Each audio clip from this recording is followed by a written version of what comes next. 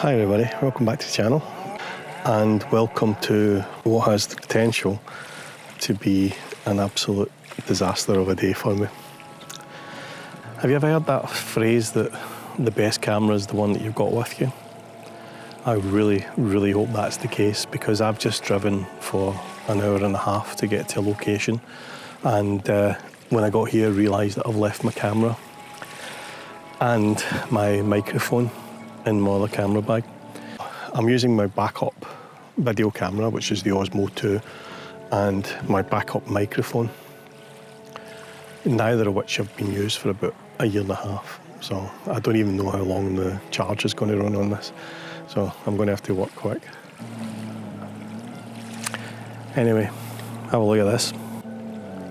I'm at Loch Voil, up near Balquhidder. Come up in the hope that we might have some nice reflections, which I guess we do on that side of the loch, but the rest of the loch is quite choppy, so we're not going to get the reflections that I'd hoped for. But given that I don't really have my main video camera anyway, and you probably can't hear me, I'm just going to make do with what we do have and see if we can come up with a couple of shots before I've got to head home in disgrace. Okay, here we are. This is possibly going to be the first composition that I share with you. Basically, what I've done is I like the way the light is hitting the moss on this sloping rock face here. I'm liking the overhanging branch, and then just underneath you've got the reflection of some of these leaves. And through the gap, if I get down low enough, you can see you've got the hills on the other side of the loch. That's the composition there on the back of the camera, and as you can see I pretty much framed it up so that you've got the overhang of the branch kind of framing the hill on the opposite bank, and the composition is down about here. I do really like the colours here, the greens and yellows of the moss and those rocks leading the eye up to it.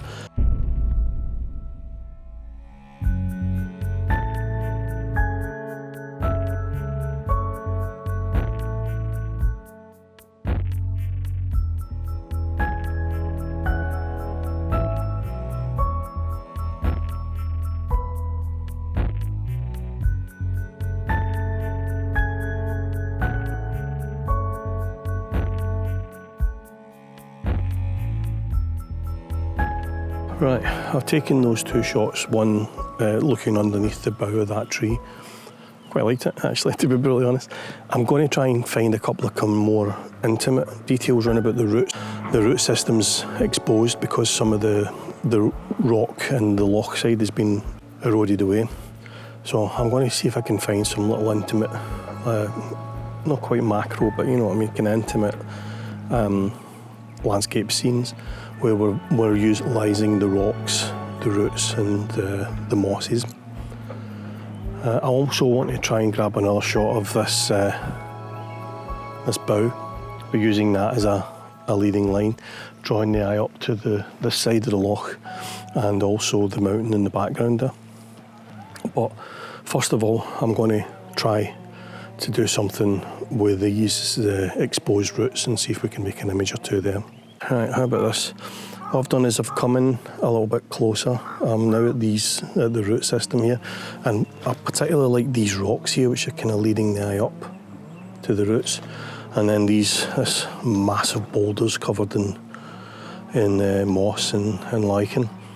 I've managed to go quite wide. Unfortunately, this camera I don't think will go wide enough to show you the entire scene, but I've gone from pretty much these rocks and that gnarly root system there all the way across the boulders, and I'm managing to include a little bit of the loch, in particular this sunken log here and that one sticking up, and just a little hint of the loch.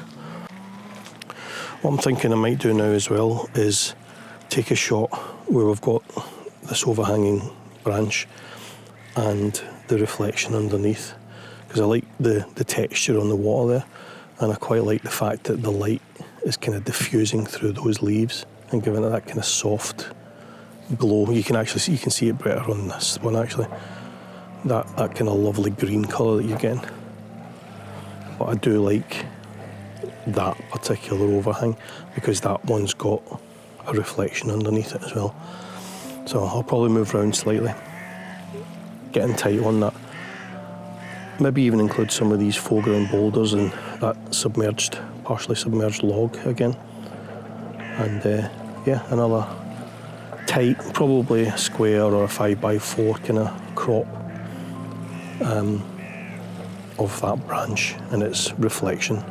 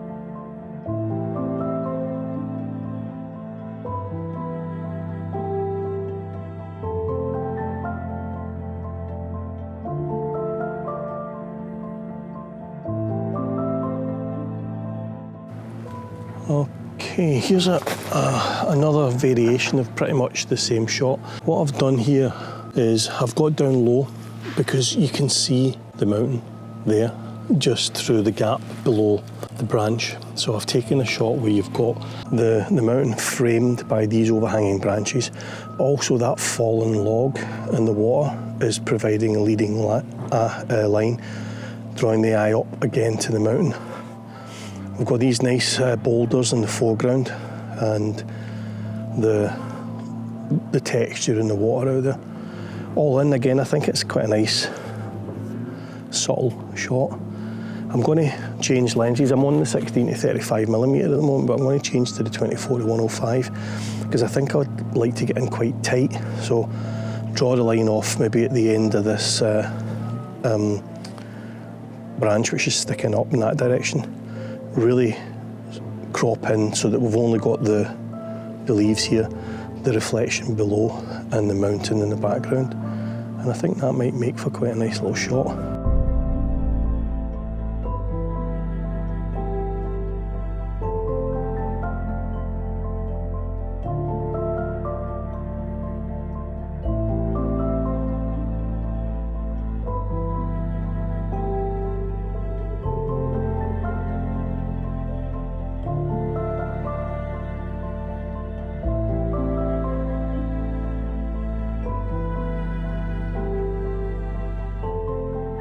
Yeah, I'm liking these reflections on the far side.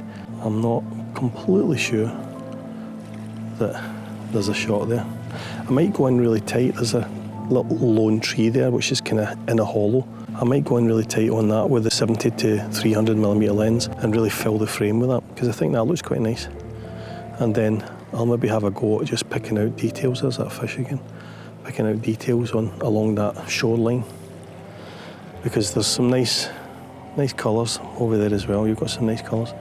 And it feels as though the sun is starting to break through, so we might actually be about to get some nice light as well.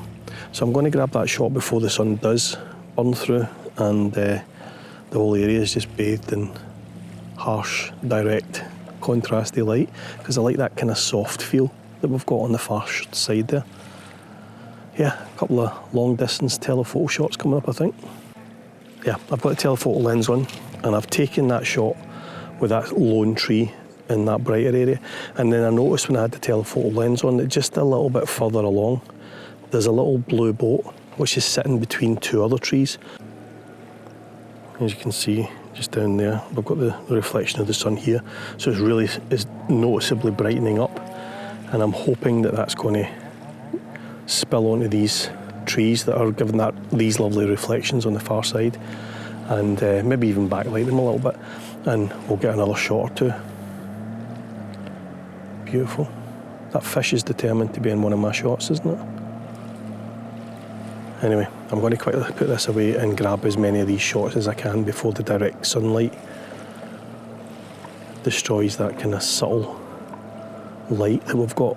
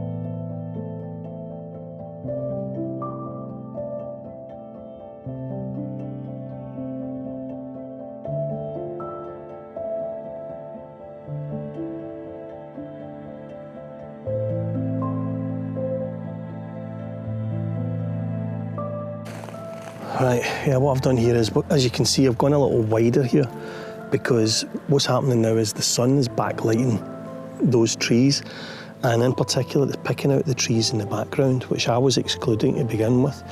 But now that I can go in just a little bit wider, as you can see, we can include these leaves that are in the background, which are catching that soft light. And yeah, I really like that. I think that makes for quite a nice shot.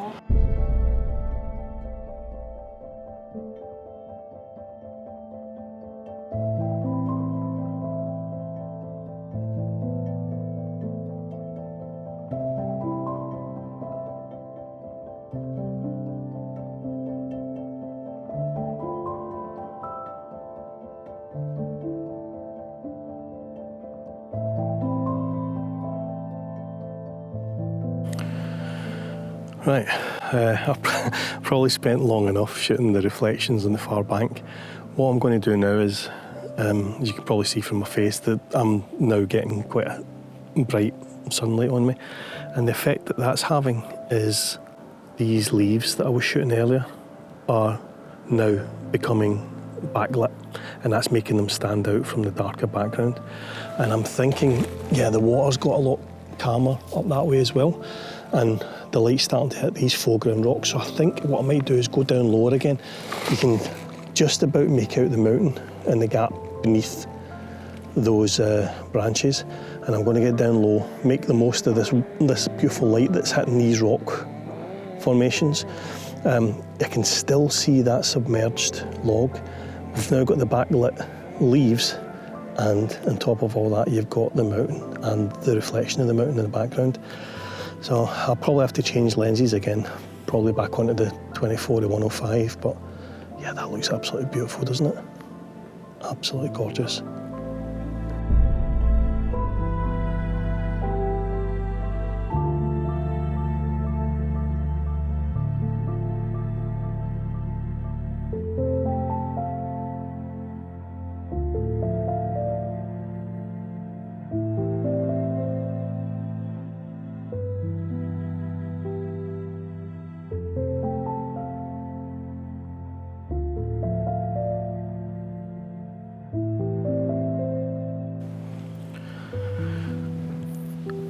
What about this for a shot? Using these stacked boulders and the fallen tree branch as foreground interest, leading the eye up to these beautiful reflections in the background. Again, I'm having to be very careful. Exposure is proving to be a bit of a problem, and because of the complex foreground, I don't think exposure blending is going to be particularly easy. So I'm having just to try and get it in one single shot, and I'm just looking around to try and find the best composition for this. But I think there's definitely a shot here, possibly a square or a 5x4 again, and yeah, if I find anything I'll pop it on the screen. Before I do that though, I just glanced round the other direction because I thought I heard something in the water behind me, and the There's actually a really nice shot this way. Let me just show you this. The mountain again, this time pretty much ringed by these leaves. And if we go down a little bit, we've got this fallen log which is just catching the light as well. So I think there's a shot there and all. And I particularly like, again, the way these leaves here are being backlit. We've kind of lost the sun again for a second, but I think what I'll do is I'll take the image of the tree first, and then if we get the light back, I'll take this shot, because when the light was falling on this tree, these leaves were kind of glowing yellowy green, and that was almost like a ring of yellow green around the mountain, and the green from the leading line of that log as well. Yeah, I like that. Definitely a shot there, I think, once the light comes back.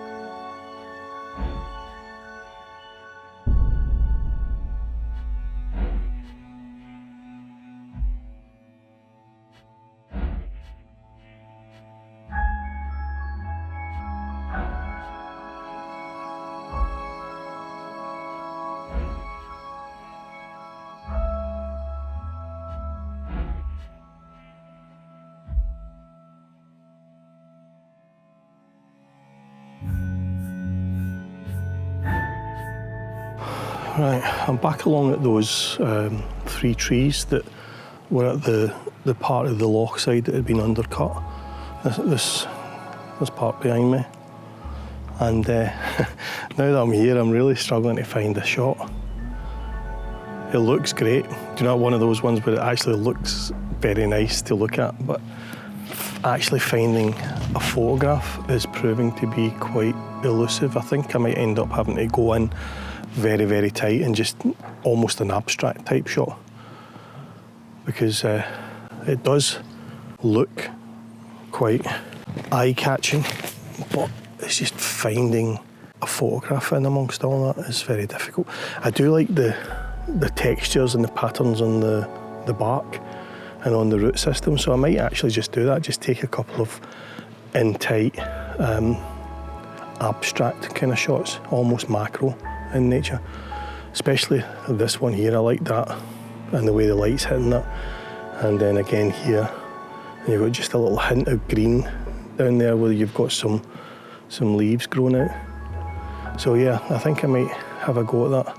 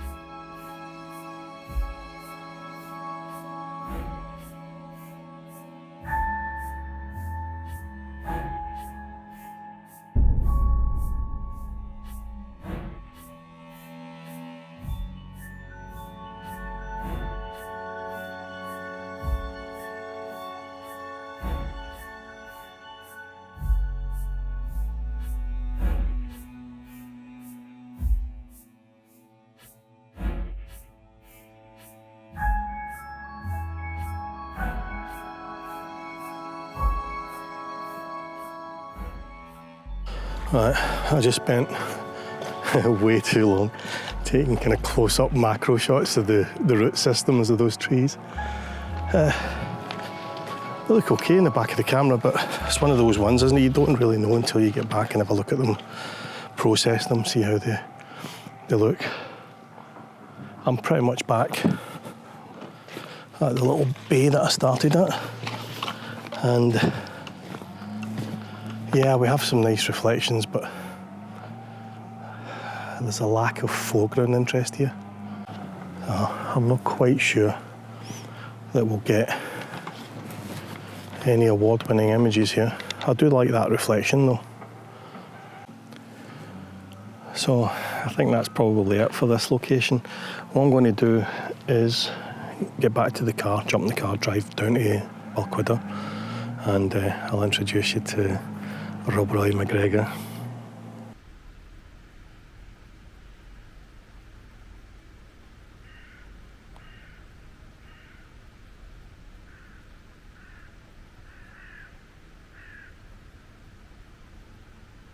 So that's it for Loch Voil, and a little sneaky look at the grave of Rob Roy McGregor. Hope you enjoyed. Don't forget to give us a little thumbs up if you did, and hit subscribe if you haven't already. In the meantime, thanks for watching, and I'll catch you in the next one. Cheers, bye.